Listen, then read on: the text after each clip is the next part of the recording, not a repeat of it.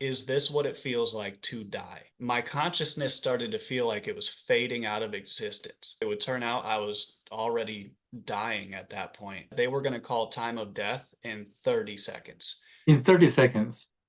30 seconds, yeah. It was kind of rough, to be honest. I mean, you're talking it's not really all that fun to not be able to breathe, It's like being trapped inside your own body. Like there's nowhere to go. I was instantly in love with it. I saw it, I loved it, I latched onto it, and I never looked back. So today we have a very special guest. His name is Dave Sledge, and he had a very interesting near-death experience.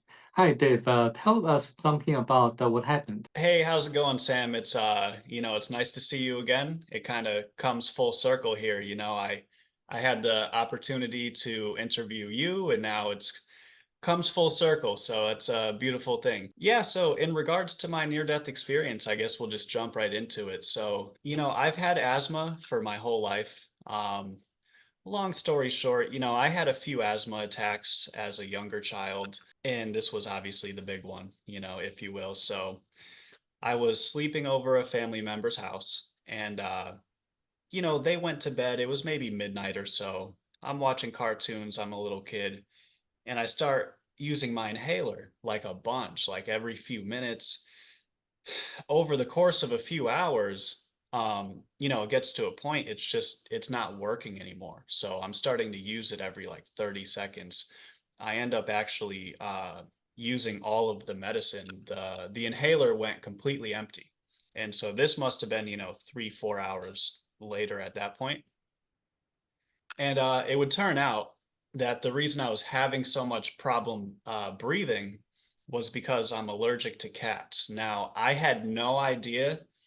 We had no idea that I was allergic to cats until this event happened. So apparently, I'm severely allergic to them, and they make my respiratory system just like shut down. It affects my asthma really bad. And so we didn't know about this. So the crazy part is, I have no idea that the cat is what's doing it to me. And I'm literally cuddling with the cat all night. Like I'm literally on the couch. I'm using this cat as like a pillow, dude. Um, which is crazy to think about in hindsight. I eventually realized I gotta wake up my family member. I had waited so long because I didn't want to wake them up. And once I was out of medicine, I'm like, well, I have no choice. I got to wake them up. It would turn out that by the time I woke them up, and I'm like tiptoeing into their room too. It's kind of funny. Like, I know I'm going to wake them up from sleeping, but I'm still being so quiet walking into their room. It's kind of funny. Yeah, I wake them up. It would turn out I was already dying at that point. Which thank God I finally decided to wake them up because I really could not have waited another second. I wake them up. The plan was to go to my grandparents' house up the road because my grandfather has an inhaler. So in her mind, she's thinking his inhaler will work. I kind of knew that it wouldn't because I just used all my medicine. We're driving up the road.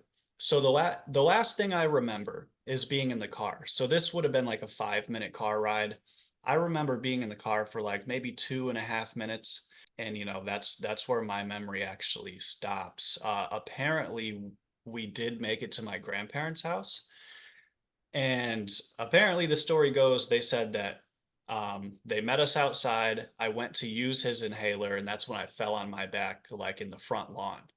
Um, I don't remember that happening. I just like I'm not a neuroscientist, but I think it's the hippocampus that, was shutting down clearly because I don't remember that part. And yeah, it was, to be honest, the whole experience, it was kind of rough, to be honest. I mean, you're talking, it's not really all that fun to not be able to breathe. It's like being trapped inside your own body. Like there's nowhere to go.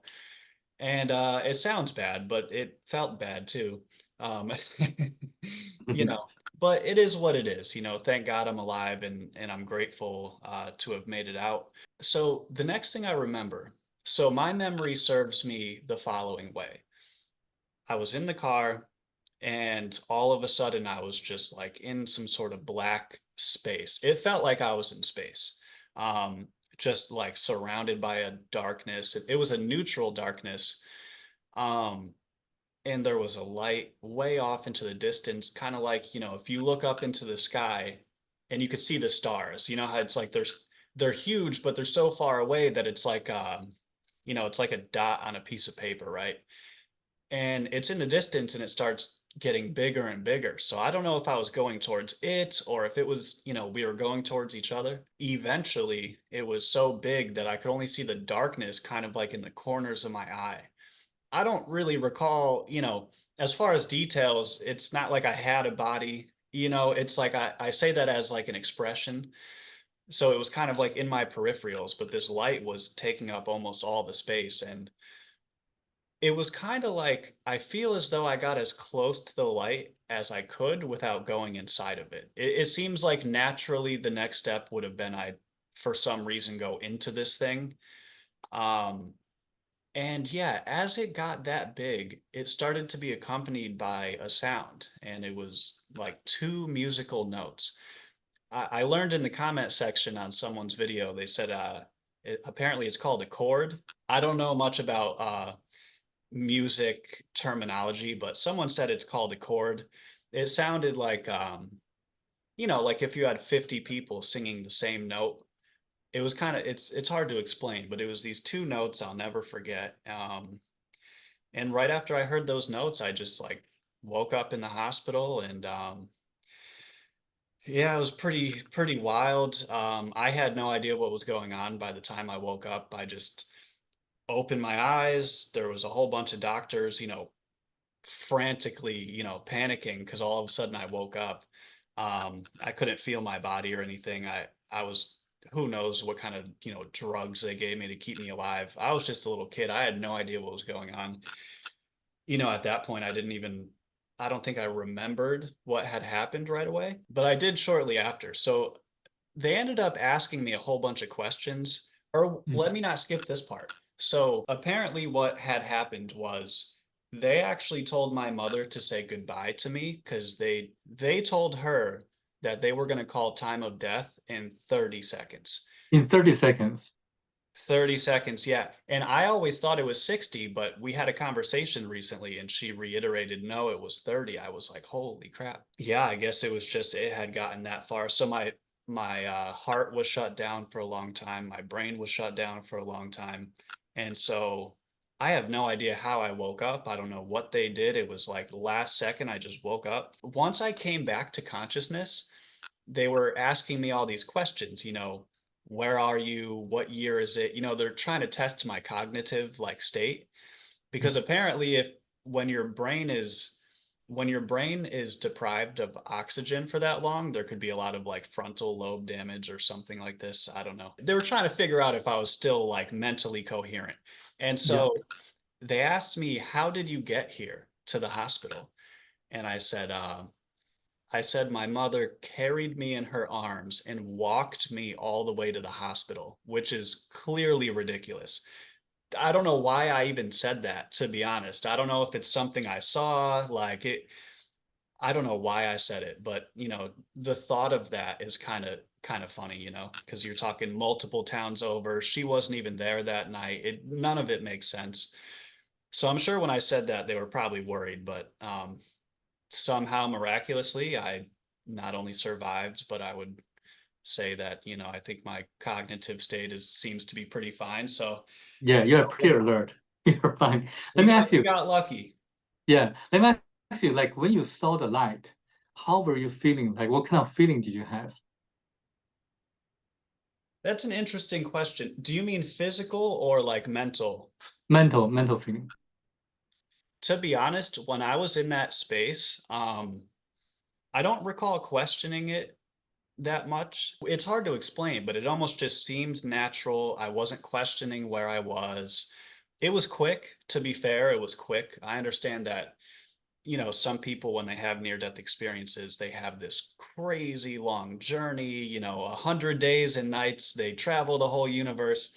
Unfortunately for me, that's not what I got. I got a very quick glance at this light and saw the light, heard the sound. I don't think I was thinking anything, to be honest. I don't think I questioned it. I was kind of just there, and then it was quick. And for the two notes that you heard, are those like played by a musical instrument or is it something else? It sounded more like an orchestra, like if people were singing, so like if you had 50 people with different voices singing the same note. So I don't know what that would, I guess they call it a chord. I don't know what they call it. Would that be like a male voice or female voice or a mix of the two sexes? A combination of both. It sounded like a large group of people. Mm. And if you are to say what kind of pitches are the two notes, would you say those are just regular pitches or some kind of harmonious and making people feel comfortable or making you feel more alert?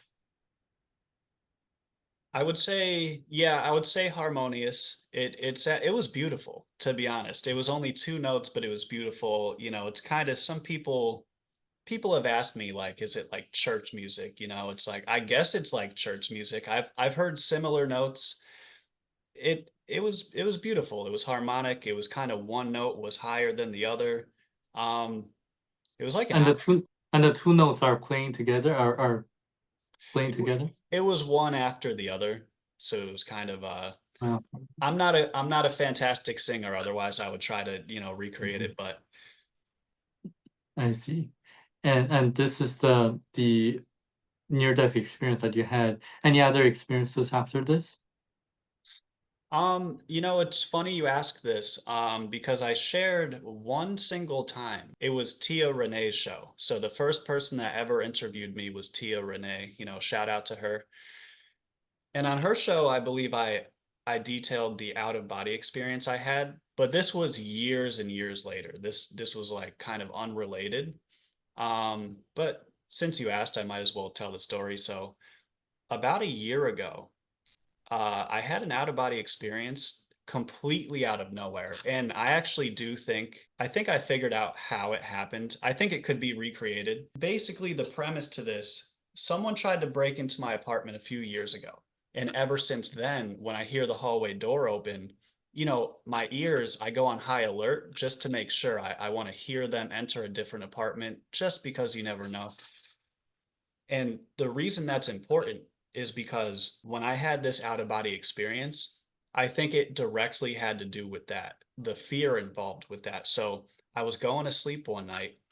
You know that that mental state where you're halfway conscious and halfway not conscious, like before you fall asleep, Yeah. you're like vulnerable in that state. So I was in that halfway conscious state. I was almost fully asleep and I heard that hallway door open and it was loud as hell.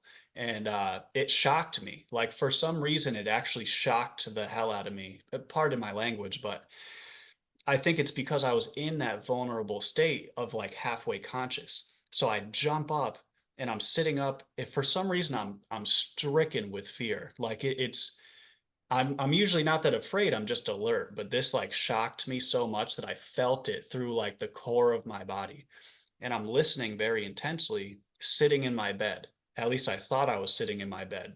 And so I finally hear the neighbor, a woman that used to live next door. They're actually moving in a few days. Um, I heard the woman's voice. The second I heard her voice, I said, okay, there's no danger out there.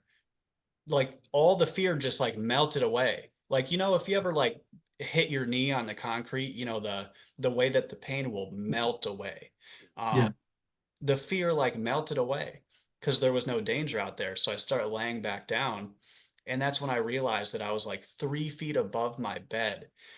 And it was like crazy. And I literally thought to myself, so I start descending. I thought I laid down onto my bed, but now I'm in like a laying down position, floating above my bed, and I'm slowly descending. And I don't think I had any control over the descent. It was so slow. It was like notably peaceful. And when I was about halfway down, my consciousness started to feel like it was fading out of existence, like for real. And I remember it was like my consciousness was dimming out like a light bulb.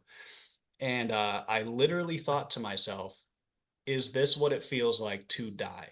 Now, I don't know. I think it's a combination of because I felt my consciousness dimming plus my interest in near-death experiences, and I'm always contemplating my own mortality. Here I am, my consciousness is dimming out. I'm out of my body, and like it's crazy, but it was so peaceful.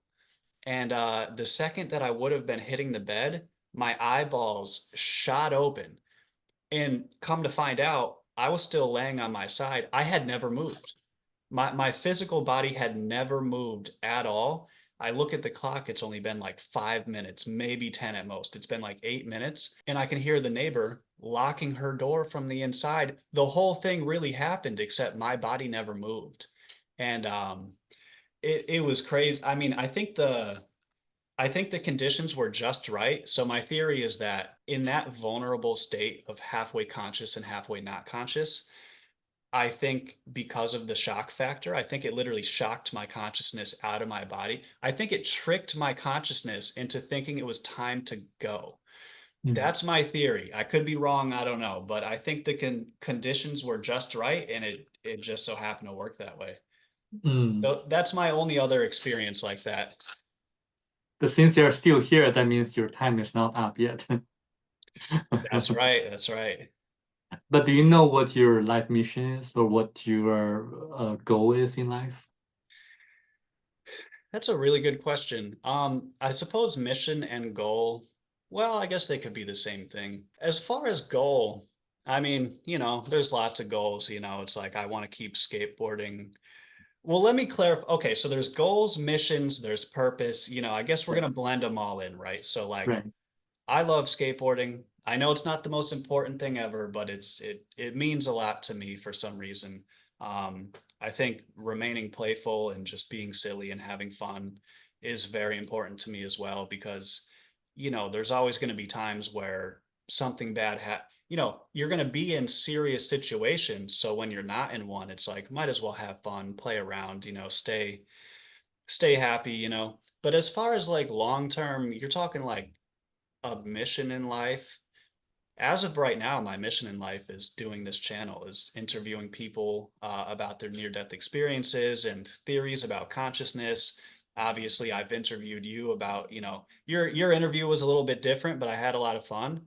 Um, but yeah, as far as like if we were going to say purpose, and I don't mean to rephrase your question, Mhm. but I don't know, man. I think about that all the time. Why are we here? I have no idea. I really don't. I don't know if we're here to learn something, but it kind of depends like what consciousness is and how it operates. Because let's say hypothetically, if our existence is built upon limitation, let's say, right? If you look at all the species, we all have different limitations. There's some species that they could visually see more than we can, or they can hear more than we can, or they have sonar and they have all these abilities we don't. But then across all the different species, we have different limitate. It seems like it's built upon limitation. So if we were to say purpose, I don't know, maybe the purpose could be just to experience it. Maybe the purpose could be to learn, the purpose could be to learn how to love, how to face adversity. I have no idea, bro, to be honest. Yeah. Let me tell you my life purpose or life mission is to wake people up because in my dreams, one of the dreams that I had when I was young, I had this dream, very strange dream that I was able to know everything. In the dreams that I knew everything, everything about the earth and everything about how to perform miracles, things like that. And I was told that my life mission is to wake people up. And I thought that it would be very easy because I can just pass knowledge on to the people, and so that people can learn about it and know whatever they should know.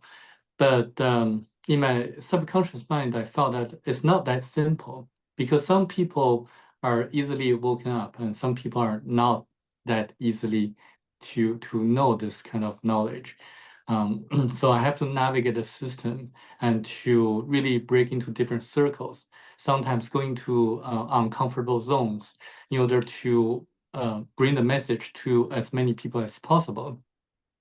So that's the reason I was so focused on promoting the message. I've been so focused on promoting the messages in the books, Theory of Prophecy, and the other book that I translated from German into English about the autobiography of the highest degree member of the Illuminati.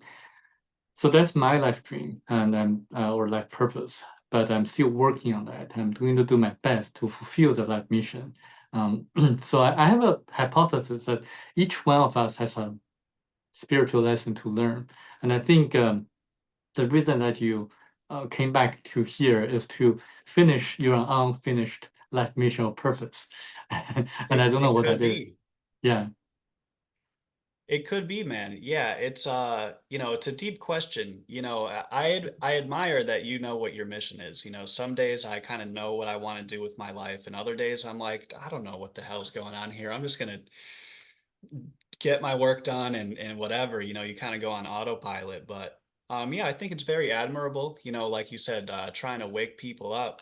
Not everyone's receptive to it, right? So we could do like what I'm doing is, trying to dig into near-death experiences, what happens when we die, all this stuff.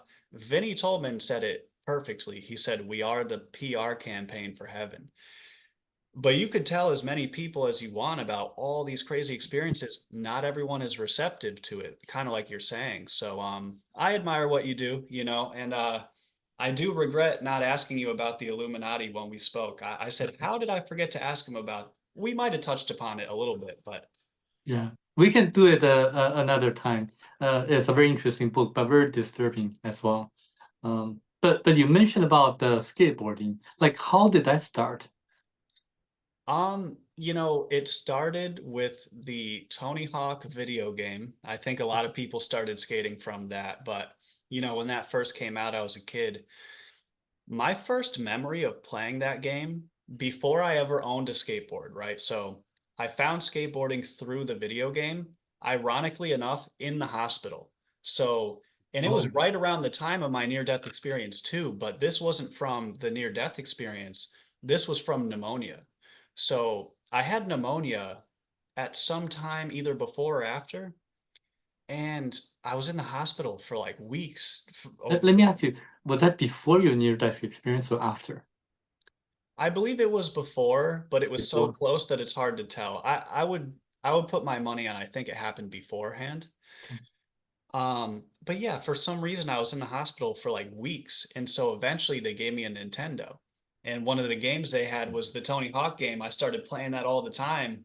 And it's funny, when I first got my first skateboard, I was a little frustrated because, it's difficult to learn. It took me a long time to learn how. So I was thinking I was gonna hop on my skateboard and do 900s on like a 2 foot quarter pipe. I know you probably don't know the terminology, but like turns out I couldn't even stand on the thing for a long time. And then as you play the game, you were into that, and then did you and in the very beginning, I thought it must be very difficult for you to do it well.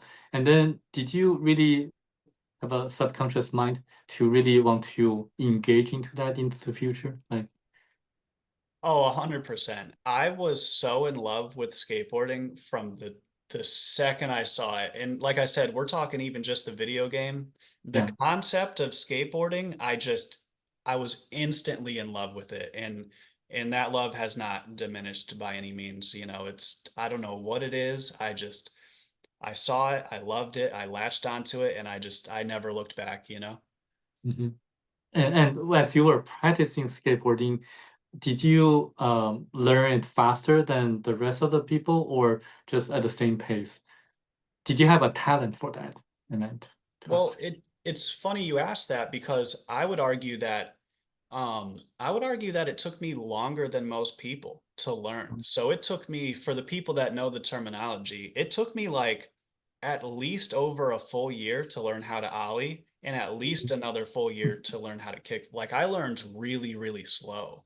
Mm, And then I think it just got to a point where once I unlocked a couple things, it just, started going quicker. mhm. But it took me a while. Oh, I see. It took me a while to become a very good interpreter too. So it goes through. And then as you were doing that, what made you really want to like skateboard for the long time? Was it just the adrenaline enjoyment, or is it something that you really want to be the best skateboarder in the world, or is it something just a pure personal enjoyment in the process? Well, there was definitely I just thought it was cool. I just thought it was the coolest thing ever. And when I was younger, of course, I was like, I want to be a pro skater and all this stuff. And I tried that for a while. I'm happy with like my ability. I think I have a pretty realistic understanding of what my ability is. It's like, okay, I know I'm good at skateboarding, but I also know that especially nowadays, there's so many people that are so gnarly. I'm definitely not the best either. So it's like I'm happy that I pushed myself to get as good as I could be to where I can impress myself sometimes. But yeah, I think the idea of being a pro skater, um, I don't know when this happened, but several years ago, I was like, okay, that's probably not going to happen. But we did a couple cool things, and I just love skateboarding, man. So to me, it kind of shifted. So in other words, the love was always there, even though I wanted to be the best. But then you're just like, okay, realistically, if that doesn't work out, I wouldn't even think about quitting skateboarding. Like Mm. my foot is injured right now. My foot is destroyed right now, and I'm going skateboarding after this interview. Oh, is your foot staying from the skateboarding injury? Usually it is. This one was a freak accident, Oh, unfortunately, off the board. I crushed it. It got crushed. So when I say I'm going skateboarding, to be honest, I really can't even. It's hard to explain. I could roll around and watch my friends skate, but I'm actually severely injured right now, mm. unfortunately. So I just like to be around it. I'm kind of putting off. They want to do plates and screws, and I don't want them to drill into my bones. So Oh, I've been putting it off. I don't know what I'm gonna do yet. Um, that's a that seems to be a very, very serious injury that you have right now. yeah, it was a freak accident. Accidents happen. What else can I say about it, because Yeah. it's frustrating, but it is what it is, Mm. man. On the other hand, if you know the book The Over Prophecy, if you read it, it talks about the physical body and also the human energy fields, the auras.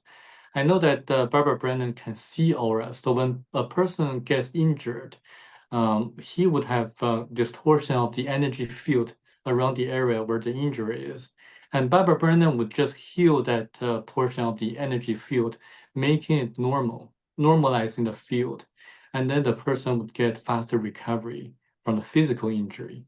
So this is something that you might want to look into to find a healer and to do some kind of energy healing to improve or maybe at least to speed up the recovery process. If anyone can do something, it's like, yeah, I'm open to anything, man. Like it's tough. It's tough, but it's part of the game. Like I said, if it happened when I was skateboarding, you're not as mad about it because I get hurt skateboarding all the time. Mm. I think the salt in the wound is kind of knowing that it was off the board, freak accident. It's just frustrating.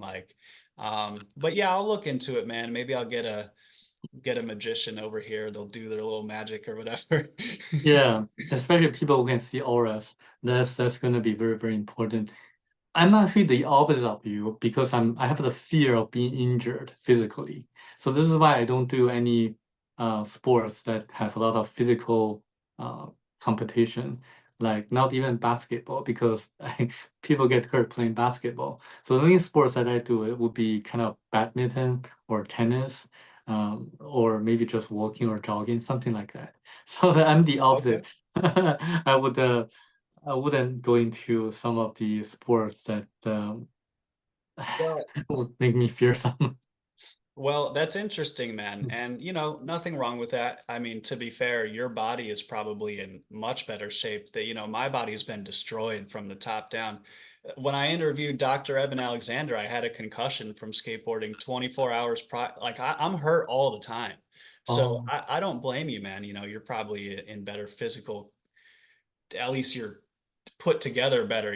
My body is just destroyed. dude, I don't know where my fear came from. Probably from my past life memories or something like that. I have to look into that. And probably your love of skateboarding comes from one of your past lives. So I don't know. Must Maybe. be, yeah. Quick question, if you don't mind. Have you ever seen the movie Origin? No, I have not. No. It's like I, comma Origins. What you No. said reminded me of that. So I guess I'm going to spoil the movie for people, but for those that have seen it, they were kind of trying to trace reincarnated people from their eyeballs, like Okay. their iris. And Mhm. the end of the movie kind of suggests that it might happen. So there was someone that got chopped in half by an elevator, Oh, like the elevator dropped and chopped their legs off. And at the very end of the movie, when like an elevator door opened, there was like a little girl that got like super scared of the elevator. And it kind of suggested that she was like reincarnated and has that fear as like an instinct coming from the past life. So I don't know, maybe there's something to what you're saying? yeah, and a lot of the hypnotherapists, when they do past life regressions, they find similar traits of people, and finding out the origins of the fears. Probably, I got injured in past life playing sports. I don't know. It could have been. Yeah. How did you feel about Eden Alexander, Dr. Eden Alexander? Oh, he was great. Yeah, he was Mhm. awesome. I'm very grateful and thankful that he came on. Kind of interesting story around that. My buddy was asking me, he was trying to help me out with the channel. He's like, he's trying to he's like, make me a list of, the people you would like to interview and whatever. Dr. Mhm. Eben Alexander was on that list of people. And he just so happens, we're hanging out in the backyard having a fire. And he goes, "Oh, Dr. Eben Alexander is coming to Connecticut on Saturday." I said, "What? Where?" And, so he ended up going and doing a talk in, I think, Avon. Mhm. And we ended up going. I was like, "Yo, if you guys want to go, like, I'll buy your ticket." It was, it wasn't too expensive. And so we got to meet him. We got to hear him talk in person. I, grabbed his books and kind of met him briefly. And yeah, and he came on the show, and it was a trip for me, man. He's a super cool dude. He's very nice. And kind of like every guest, he was willing to put up with my antics. So, always happy about that. But it was cool.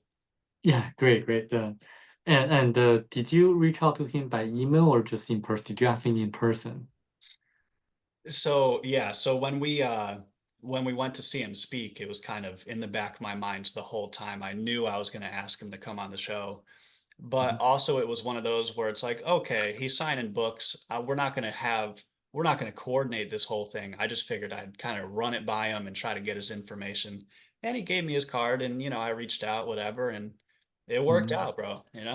Great, great. Any other guests you want to be on your show? Someone who was on that list, I'm not even going to say who it is, but I just interviewed them the other day. So that was we got one of them. Yeah, a bunch of people. It's kind of interesting. A bunch of people that I wanted like as like a dream interview. I Mhm. kind of had them all on like in the beginning, which is crazy because it's like in the beginning you don't even know what you're doing, and somehow I got all those guys in the beginning, and it's pretty wild. But yeah, there's a few more people on the list for sure. Like I would love to interview Billy Carson. Oh, good question. I'll put that out into the ether, bro. If he's watching, I'm Mm, gonna hit him up too. I haven't hit him up yet because I don't know if I'm ready yet. I need mm, to provide more. I need to create more value, mhm. and like, because if I hit him up, I got one shot. I don't want to hit him up like multiple times throughout the years. So yeah, I would say I know this answer is all over the place, but I would say Billy Carson is on the list. Mhm. There's a few more people on the list, but if I name too many people, then I'll just start leaving people out. I don't Oh, know, I bro. see. Yeah.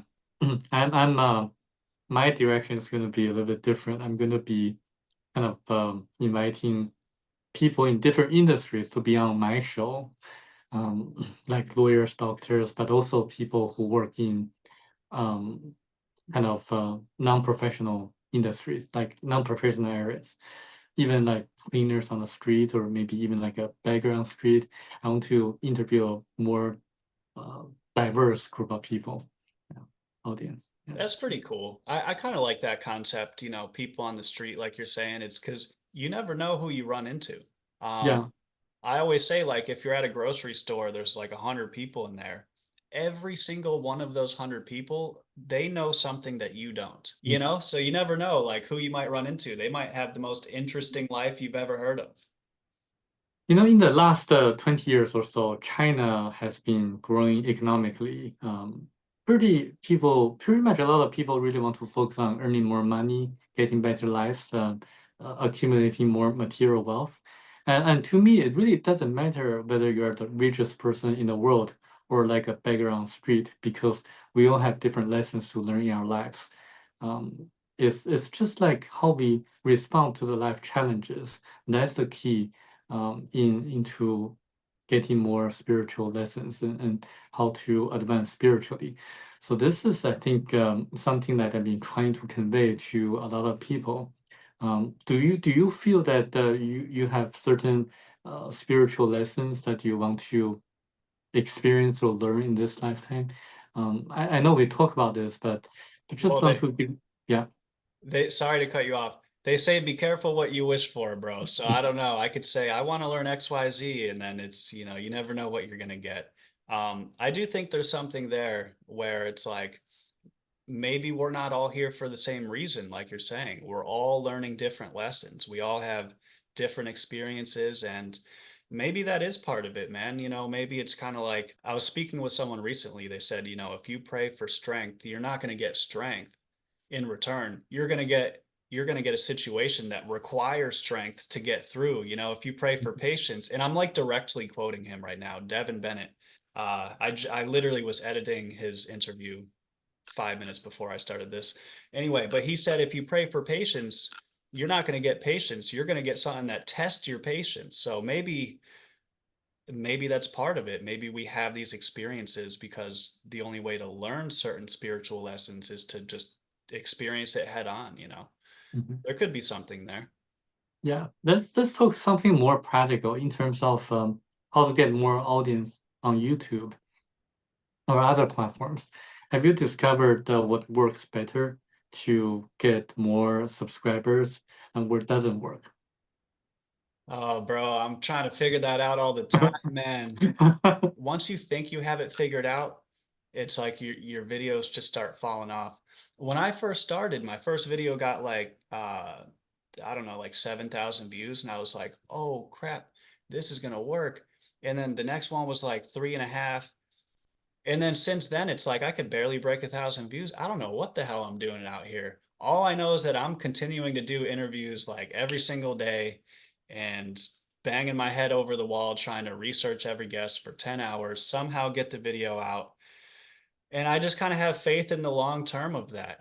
But as far as strategy, like you're saying, practical, I genuinely don't know. I think maybe you have to have a good, obviously, you have to have a good thumbnail and title, but you have to deliver on that as well. So I don't really like the whole clickbaity thing. Mhm. Some people clickbait the hell out of their videos. I mean, you've seen it, which Yeah, I'm not hating, it's just not my style. So like, sure, I could do things like that to get more views, but I refuse to do it. Like it has to, if the title and thumbnail are going to be provocative, the video itself has to accurately be representing that. I don't want to like trick people into watching the video. I want them to know what they're in for when they come. really have to make people watch until the end of the video and not to jump or just halfway through, according to That's Mr. Beast. Yes. Yeah, I think that's what it is too, is really just audience retention. So Yeah. I don't know what a good percentage is for that. I thought I knew, but I don't get that many views. So what the hell do I know? Let's We'll see. we'll get there, bro. Me and you are going to the top. Yeah, let's work together. Great. Thank you so much. I don't have any other questions. Dude, thanks so much for having me on, man. Like I said, it's all reciprocal, but I do genuinely think it's cool, to have it come full circle. We got to interview each other. We could work together in the future. We'll figure it out. But Yeah, we'll figure it out. yeah, appreciate it, man. Great. Thank you. Of course, of course. So wait, so is the interview over? Yeah.